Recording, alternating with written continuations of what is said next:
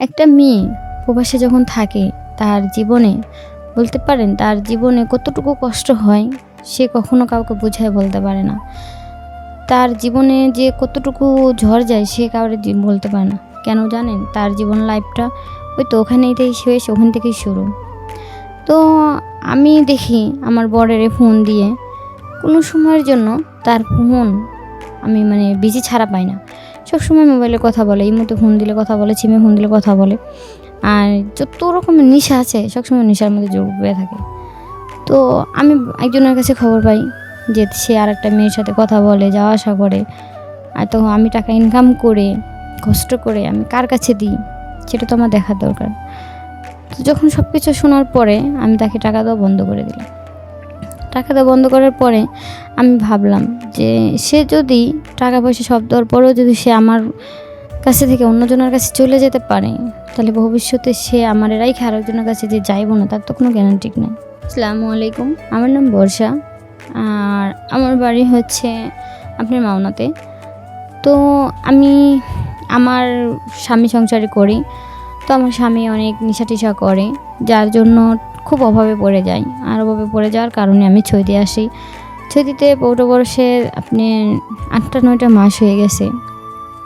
তো আমি এখানে আসছি, আমি কিভাবে আসি, কিভাবে থাকি, কি খাই না খাই, আমার কিন্তু খুঁজলার মতো কোনো লোক নাই। কেননা তাদের কাছে একটা জিনিসের চাহিদা আছে, সেটা হচ্ছে টাকা।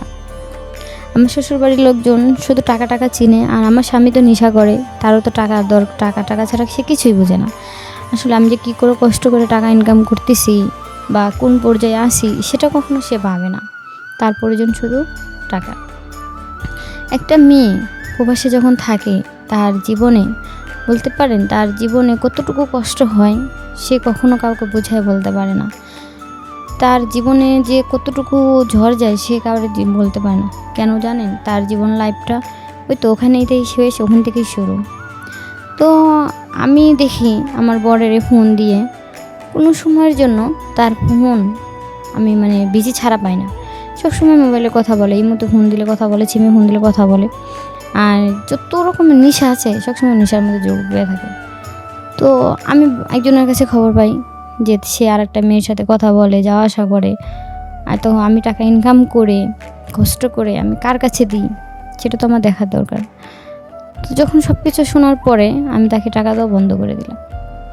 টাকা দেওয়া বন্ধ করার পরে আমি ভাবলাম যে সে যদি টাকা পয়সা সব দেওয়ার পরেও যদি সে আমার কাছে থেকে অন্যজনের কাছে চলে যেতে পারে, তাহলে ভবিষ্যতে সে আমার রাইখে আরেকজনের কাছে যে যাইব না তার তো কোনো গ্যারান্টি নেই। তো আমি তাকে টাকা দেওয়া বন্ধ করি। বন্ধ করার পরে আমি যদি আমার প্রবাসের একটা ছেলেকে ভালোবাসি, তার সাথে শারীরিক কথা বলি, সম্পর্ক করি। সম্পর্ক করার পরে তার মাধ্যমে তো সেরকম করে কয় মাস চলে যায়। তো মাস শেষ হওয়ার সাথে সাথে আমার বর আমাকে ফোন দেয়, দিয়ে বলে যে কী ব্যাপার, তুমি এই মাসে টাকা দিলা না? তো আমি কোনো কিছু বলি না যে না, আমার বেতন হয় নাই, সামনের মাসে হবে। তো সামনের মাসে আসলে এরকম করে ঘুরে ঘুরে দেয়। তো হঠাৎ করে একদিন আমি শুনে যে আমি তার সাথে কথা কেন বলি না বা কী সম্পর্কের জন্য। তো টাকা যখন পায় না নেশা করার জন্য, তখন তো অনেক রকমের মাতলামি তো লাগে। তো আমার শ্বশুর শাশুড়ি বলছে যে নিশ্চয়ই তুই বউয়ের সাথে কিছু কইছস বা কোনো কিছু কারণে সে এখন টাকা পাঠাচ্ছে না। তো আসলে আমি ভালোবেসে যাকে বিয়ে করছি সে যদি আমার ভালোবাসাটা বোঝে না, সে আমার টাকাকে চিনে। আর যাকে আমি মন প্রাণ দিয়ে ভালোই বাসি নাই, সে আমাকে না আমার জীবন সঙ্গী হতে চাইছে। তো তার ক্ষেত্রে আমি যে প্রবাসে কতটা কষ্ট করে টাকা ইনকাম করলাম, দিন রাত 24 ঘন্টা কষ্ট করে খাটছি, কষ্ট করে চলতেছি, সেটা কখনো কি সে ভাবে নাই। কারণ তার দরকার ছিল প্রত্যেক মাসে টাকার। আমার তো কাছে এত টাকা থাকতো, তারপর আমি দিতাম না। তো আমি যখন ওখানে একটা মানুষের কাছে শারীরিকভাবে সম্পর্ক করে যদি একটা টাকা ইনকাম করি, তো সেটা আমি বুঝি আমার কষ্টটা কতটুকু হতে পারে। সে তো বুঝে না।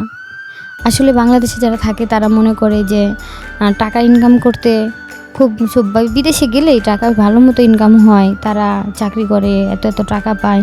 আসলে বাংলাদেশের মানুষেরা এটা ভাবে, কিন্তু বাংলাদেশের মানুষেরা কি কখনো এটা ভাবে যে ছয় দিতে কতটুকু কষ্ট হয়? বা বিদেশ যারা যায়, শুধু ছয় দিতের জন্য না, যারা বাহিরে যায় থাকে, সেই মেয়েগুলোর মধ্যে কতটুকু কষ্ট হয়, তারা কোন পর্যায়ে টাকা ইনকাম করে, সেই মালিকগুলো ভালো কি না, তারা ভালো কাজ পায় কি না সেটা কি কখনো ভাবে?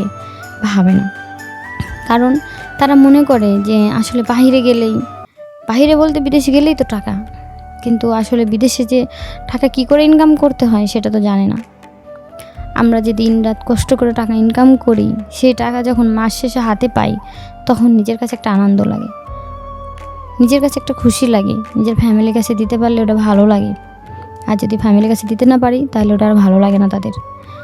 তো আমার জীবনে যে একটা চাহিদা আছে, বা আমার ভবিষ্যতে যে আমি যাকে বিয়ে করব, সে যখন আমাকে বলবে যে তুমি কি করে বিদেশে টাকা ইনকাম করছো, তখন কি আমি তাকে কোনো প্রশ্ন উত্তর দিতে পারবো? কখনোই পারবো না। কারণ আমি তো আমার জীবনের এখন যে চাহিদা, সেই চাহিদাটা তো আমি মেটাচ্ছি, সেই চাহিদা মিটাই তো আমি কাজটা করতেছি, বা আমি সেই চাহিদার পর্যায়ে যেয়ে আমি এনজয়টা করতেছি। তাহলে কি করে আমি তখন তাকে বলবো? বা সেও তো বুঝবে যে বিদেশে কি আসলে মেয়েরা কিভাবে টাকা ইনকাম করতেছে।